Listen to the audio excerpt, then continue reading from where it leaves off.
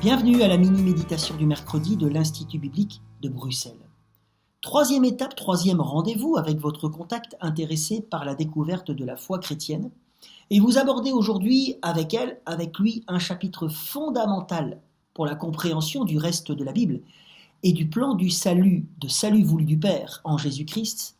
Je veux parler de la chute, le péché d'Adam et Ève relaté en Genèse chapitre 3.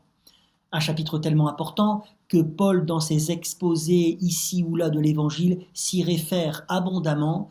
Citons par exemple Romains chapitre 3, verset 23. Vous arrivez donc au lieu de l'entretien. Petite parenthèse. Ce lieu, comme le créneau, je parle ici du jour et du moment, sont bien évidemment susceptibles de bouger en fonction des disponibilités du contact que vous accompagnez.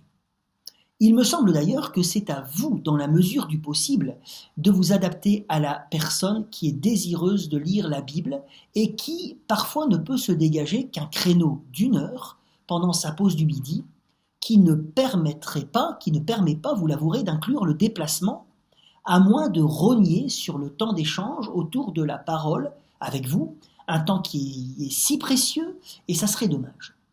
Je ne parle pas ici alors de se plier en 4 si la personne ne fait pas d'effort, mais je parle de se rendre disponible pour des gens vraiment intéressés qui ont des contraintes réelles, physiques, de temps ou même d'argent. Bref, ce sera à vous de discerner. Revenons à Genèse 3.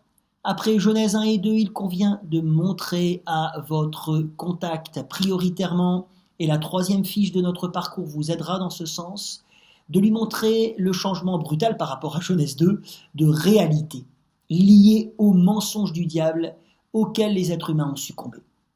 En effet, le texte met en avant ces messages principaux, la rébellion d'Adam et Ève envers leur Créateur bienveillant.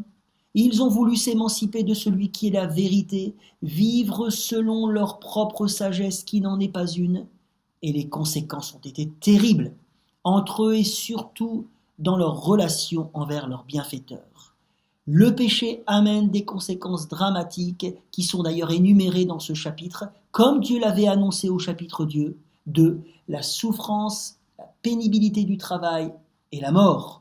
L'apôtre Paul dira ailleurs dans l'épître aux Romains, le salaire du péché, c'est la mort.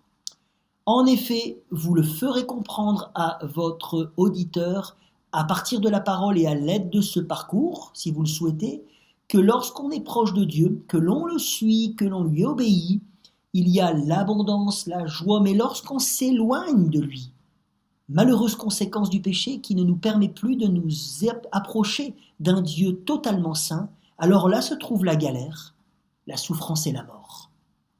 Des messages principaux qui doivent sortir idéalement en partie de la bouche de votre auditeur, à l'aide des questions ciblées sur le parcours, et nous espérons finalement ici que notre contact reparte frustré du monde d'avant la chute, conscient des conséquences dramatiques de Genèse 3 et qu'elle se voit encore ces conséquences autour de nous et curieux d'écouter la suite lors de votre prochaine rencontre.